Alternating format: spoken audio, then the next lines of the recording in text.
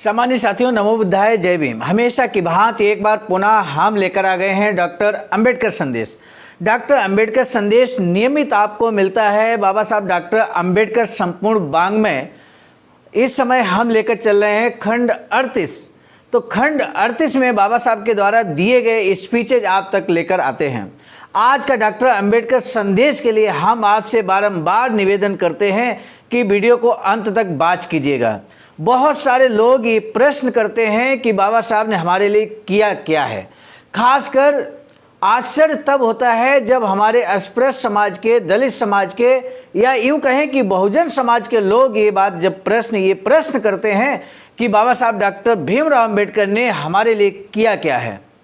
तो इसका तात्पर्य ये है कि वो या तो इस बात को जानते नहीं हैं कि बाबा साहब ने क्या किया है, बाबा साहब के साहित्य को नहीं पढ़ते हैं, और यही कारण है इस तरह का उल्टा क्वेश्चन, उल्टा प्रश्न वो करते हैं।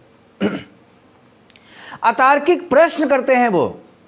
और यदि हमारे मन में भी इस तरह का कोई प्रश्न चल रहा है कि बाबा साहब ने आखिर हमारे लिए क्या किया है बाबा साहब ने बहुजन समाज के लिए, क्या किया है इस भारत देश के लिए। और सम्मानित साथियों, एक बड़ा प्रश्न आता है कि जो कुछ भी बाबा साहब ने किया है, जो अधिकार संपन्न हमें बनाया, वोट देने का अधिकार हमें दिया, ये बाबा साहब ने गोलमेज सम्मेलन के थ्रू किया है। कई बार लोग ये प्रश्न करते हैं कि गोलमेज सम्मेलन से हमें क्या मिला। हमें तो पूना पैक्ट से मिला है। यहां तक कि आरक्षण के बारे में भी इस बात को हम लोग कह देते हैं कि हमें आरक्षण पूना पैक्ट से मिला, जबकि पूना पैक्ट से आरक्षण छीना गया, हमारे अधिकारों को छीना गया। जो दोहरा मताधिकार का अधिकार हमें मिला वो पूना पैक्ट के जरिए छीना गया मेरे साथियों। लेकिन जो कुछ भी मिला वो गोलमेज सम्मेलन से मिला। और आज के डॉक्टर अंबेडकर संदेश में हम बताने जा रहे हैं बाबा साहब के ही शब्दों में। बाबा साहब स्वयं इस बात को कहते हैं, समाज को बताते हुए कि हमने गोलमेज सम्मेलन के माध्यम से अस्पृश्य समाज के लिए, बहुजन समाज के लिए क्या प्राप्त किया है और क्या उसका उद्देश्य है। आज का डॉक्टर अंबेडकर संदेश पुनः निवेदन आपसे है। इतना रिक्वेस्ट हम जनरली तौर पर नहीं करते हैं, लेकिन हमें मालूम है कि आप सच्चे डॉक्टर अंबेडकर मिशनरी हैं। बाबा साहब के सच्चे अनुयायी हैं आप। और इसलिए मैं आपसे निवेदन करता हूं कि वीडियो को अंत तक वॉच कीजिएगा, क्योंकि आज के डॉक्टर अंबेडकर संदेश को अगर आपने मिस कर दिया, बीच में ही रोक दिया, तो निश्चित है कि बाबा साहब के द्वारा बताई गई वो बातें जो गोलमेज सम्मेलन से प्राप्त की समाज के लिए, वो हम वंचित हो जाएंगे। और सोचिए साथियों, अगर हम उस बात से वंचित हो जाएंगे, हम समाज का कैसे मार्गदर्शन करेंगे। समाज का मार्गदर्शन करने के लिए जरूरी है कि सटीक बात को जाना जाए, बाबा साहब के द्वारा किए गए आंदोलन, किए गए संघर्ष को सही तरीके से समझा जाए। तो आज का डॉक्टर अंबेडकर संदेश अब बिना विलंब किए हम शुरू करते हैं, सीधे बाबा साहब के स्पीच की तरफ ले चलेंगे। आज के डॉक्टर अंबेडकर संदेश को प्रसारित किया जा रहा Buddha Bodhisattva Ambedkar international centre, BBIC Sarnath, Varanasi, राज्य उत्तर प्रदेश, देश भारत के सौजन्य से। विषय है आज हमारा संघर्ष राजनीतिक सत्ता के लिए है, ये बात बाबा साहब कहते हैं। बाबा साहब डॉक्टर अंबेडकर संपूर्ण वाङ्मय खंड 38 से पेज नंबर यहाँ पर 291 से 294 तक। सोमवार का दिन था, दिनांक 5 सितंबर 1932 के दिन रात 9 बजे लोगों के आग्रह के कारण मुंबई के बडाला में हुई सभा में डॉक्टर बाबा साहब अंबेडकर उपस्थित रहे। सोचिए साथियों, 5 सितंबर 1932 का दिन था, रात का 9 बजा था, और कितनी भारी संख्या में लोग उपस्थित थे वो हम अब आपको बताएंगे। ये सभा YMCA हॉल के भव्य मैदान में आयोजित की गई थी। बारिश की भले ही कृपा दृष्टि रही हो, बारिश का सीजन रहा होगा, लेकिन बारिश की कृपा दृष्टि रही हो, लेकिन 3000 लोगों का हुजूम वहाँ इकट्ठा हुआ था। ठीक 9 बजे बाबा साहब सभा स्थल पर हाजिर हुए। रात के 9 बजे। यहाँ अगर दिन में भी कार्यक्रम किया जाए तो ये 3000 की संख्या काफ़ी ज़्यादा है।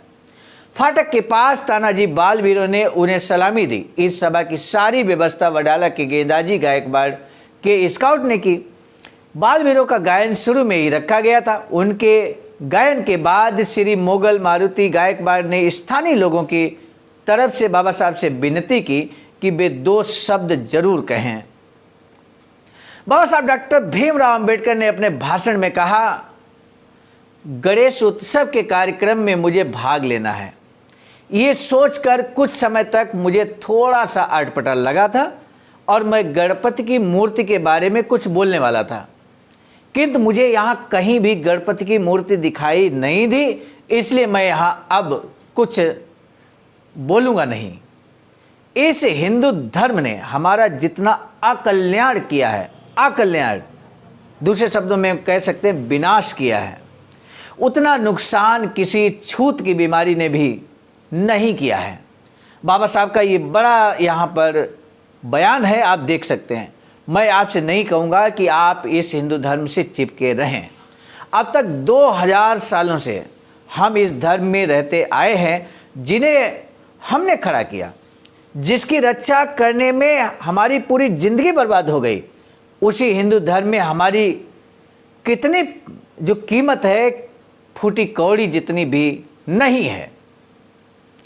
कुछ दिनों पहले हमें काशी के ब्राह्मणों के खत आए हैं कि हम आपके लिए काशी विश्वेश्वर के मंदिर खोल देते हैं, लेकिन हमें पत्थर के मंदिरों की ज़रूरत नहीं है। बाबा साहब कहते हैं, हमने जो ये संग्राम छेड़ा है वो केवल हमारे लिए मंदिरों के दरवाजे खोले जाएं, इसके लिए नहीं, और ना ही कई जमे तालाबों का पानी हमें पीने के लिए मिले, इसलिए भी नहीं। बहुत बड़ी बात बाबा साहब कहते हैं। हम लोग कई बार मिसअंडरस्टैंडिंग में ये समझ बैठते हैं कि बाबा साहब ने मंदिर का आंदोलन किया मंदिर में जाने के लिए। नहीं साथियों, हम ये समझ बैठते हैं कि बाबा साहब ने तालाब का आंदोलन किया पानी पीने के लिए। बाबा साहब कहते हैं कि इसलिए आंदोलन नहीं किया।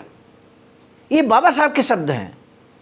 मंदिर में हम जाएं इसलिए हमने मंदिर का आंदोलन नहीं किया, बल्कि बाबा साहब कहते हैं कि हम ये दिखाना चाहते हैं कि एक धर्म के लोग ही जो हमें अपना धर्म का ही मानते हैं, वो हमारे साथ किस तरह का सलूक करते हैं, ये दिखाने के लिए प्रमाण के तौर पर। और वही प्रमाण काम आया गोलमेज सम्मेलन में। बाबा साहब कहते हैं हमें ब्राह्मणों के घरों में भी नहीं जाना है, हमें अपने सह भोजन भी नहीं करना है, अस्पृश्यों के लिए ब्राह्मणों की लड़कियां ब्याहना भी हम नहीं चाहते हैं। ऐसा भी नहीं है कि हमारी स्त्रियां बच्चे नहीं जन सकती, और या फिर हम ऐसा भी नहीं चाहते हमारे समाज में क्या लड़कियों की कमी है जो हम ब्राह्मणों की लड़कियां उनके जने बच्चों के जनांग नहीं होते। ऐसा बिल्कुल भी नहीं है। सो मैं ये कहना चाहता हूं कि हमारा ये संघर्ष केवल राजनीतिक सत्ता पाने के लिए है। हिंदू से यदि हम चिपके रहे तो हमें नरक में सड़ना पड़ेगा, और इसीलिए मैं इस हिंदू धर्म से एकदम ऊब चुका हूं। इतना ही नहीं तो मुझे धर्म परिवर्तन करने का मन हो रहा है, लेकिन मैं वैसा यदि नहीं कर रहा हूं तो क्यों? मैं इसी नरक में क्यों रहना चाहता हूं? ये अगर आप पूछेंगे तो उसका जवाब है कि आप लोगों को छोड़कर जाने का मेरा मन नहीं है। मेरे सम्मानित साथियों, बाबा साहब चाहते थे, 1932 में उनका मन बदल चुका था, ये बाबा साहब कहते हैं, और वो चाहते तो धर्म परिवर्तन कर सकते थे। लेकिन बाबा साहब स्पष्ट तौर पर कहते हैं कि हम अकेले कहीं नहीं जाने वाले, हम अपने समाज को छोड़कर कहीं नहीं जाने वाले। इसका तात्पर्य यह हुआ कि बाबा साहब चाहते थे कि जिस दिन हमारा समाज और हम एक दिशा तय करेंगे, उस दिशा में हम चले जाएंगे। और ऐसा ही हुआ साथियों बाबा साहब के साथ में।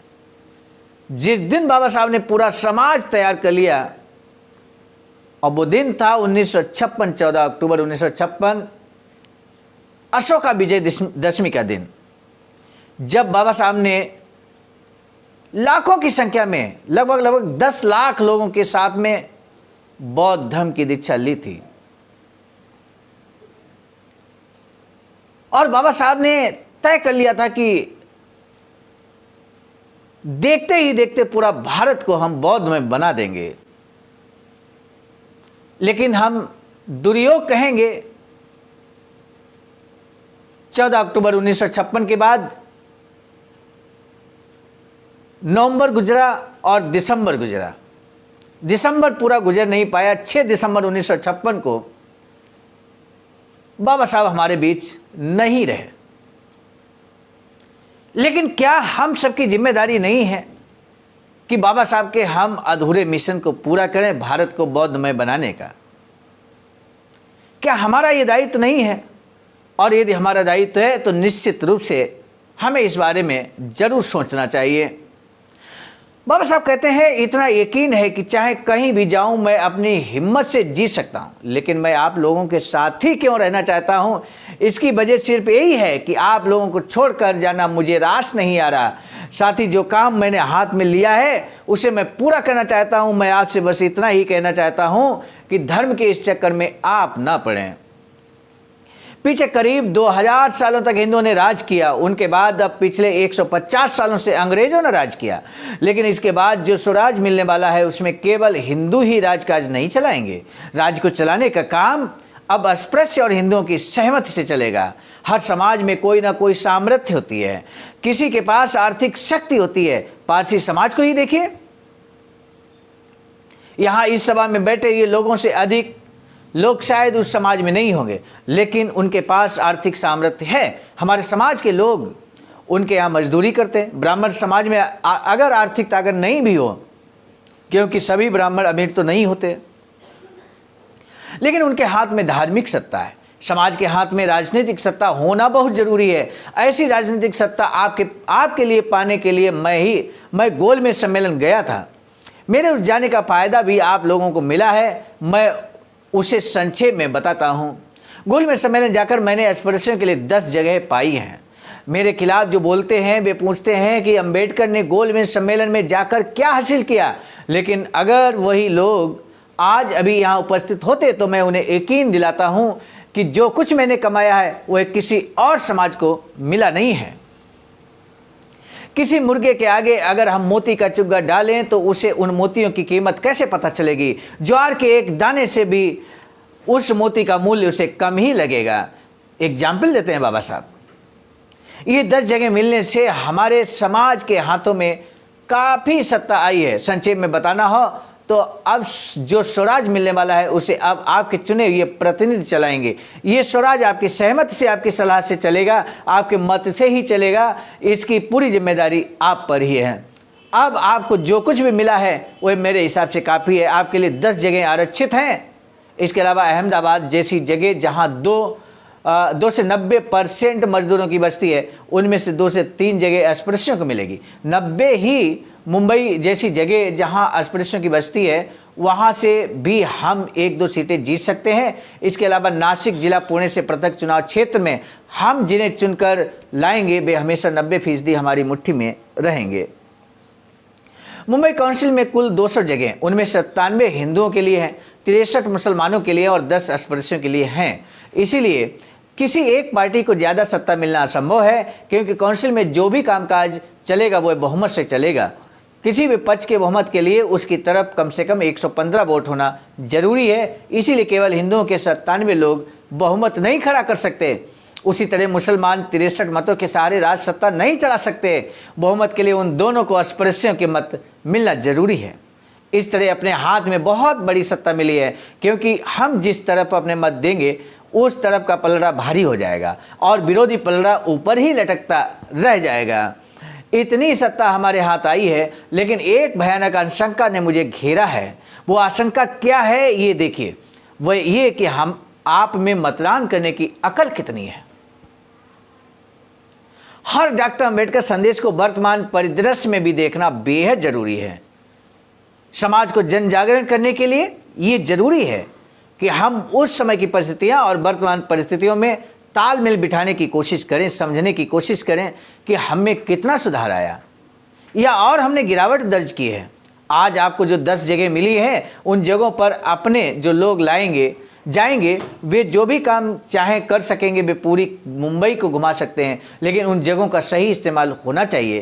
केवल ये 10 लोग सभी स्पर्शियों का उद्धार कर सकते हैं। इतने दिनों तक कोई छोटा सा काम क्यों ना हो, मामलतदार या कलेक्टर के यहाँ कई कई चक्कर काटने पड़ते थे, वरिष्ठ अधिकारियों की मर्जी रखनी पड़ती थी। इतना ही नहीं, छोटा सा काम भी करवाना हो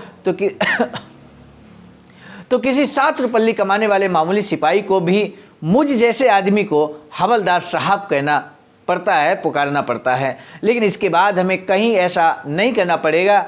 अब के बाद सभी बातें कानूनन ही होंगी और 20% सिपाही अस्पृश्य लोगों से होंगे, और ऐसा करने के लिए हम में से कुछ अस्पृश्य कलेक्टर बनेंगे, 20% मामलतदार बनेंगे, 20% कुलकर्णी। किसी की भी खुशामद नहीं करनी पड़ेगी। यानी कि 20% आरक्षण तय कर दिया गोलमेज सम्मेलन ने, बाबा साहब ने ये यहाँ पर स्पष्ट तौर पर कहते हैं। हालांकि ये सब अपने लोगों का चरित्र कैसे बनेगा इस पर निर्भर करेगा, क्योंकि हम में से कुछ लोग 2 पैसे के चनों को या एक दमड़ी चिबड़े भुजिया के मुंह में अपना वोट बदलते हैं। ये हमने देखा है। इन नेताओं ने पिछले मार्च माह में अस्पृश्यों की सभाएं लेकर खुद अध्यक्ष बनकर दिखाए गए लालच के कारण अपनी राय बदल डाली और अस्पृश्यों के लिए पृथक चुनाव क्षेत्र की मांग की थी। उन्होंने ही विरोधी पार्टी के चुनाव क्षेत्र की मांग की थी। इस तरह अगर नेता अपने आप को बेचने लगे तो हाथ आई सत्ता किस काम की है। कुछ दिनों पहले मेरे साथ काम करने वाला सतारा जिले का घोलप नाम का एक लड़का मुझसे कह रहा था कि शिव तरकट मास्टर चमार होने के बावजूद साहब ने उसे अपने पास रखा है, इसीलिए उन्होंने मेरे साथ असहयोग किया। लेकिन सतारा के ये महार, जिसे शिव तरकट से केवल इसलिए घिन आती है कि वह चमार है, वह खुद भी देव रुक कर जैसे चमार के आश्रय से भी अखबार निकाला है। उसी अखबार को उसने मुझे गालियां देने का माध्यम बनाया है। मार समाज की अनशन ढंग से बदनामी कर देवरुख ने हमारे समाज की इज्जत को चौराहे पर टांग दिया है। इन्हीं देवरुख के मातहत काम करते हुए इस लंबी नाक वाले महार को कैसे शर्म नहीं महसूस होती। अन्य समाज के लोग हमेशा गालियां देते रहते हैं, उसी तरह हमारे समाज के एक ने गालियां दी तो मुझे उस बारे में कुछ नहीं लगता। मुझे बस एक आशंका होती है कि आपको मिले हुए अधिकार का सही इस्तेमाल आप कर पाएंगे कि नहीं। मैंने जो इतना बड़ा आंदोलन खड़ा किया है, किसी सिद्धांत के सहारे ही छेड़ा है।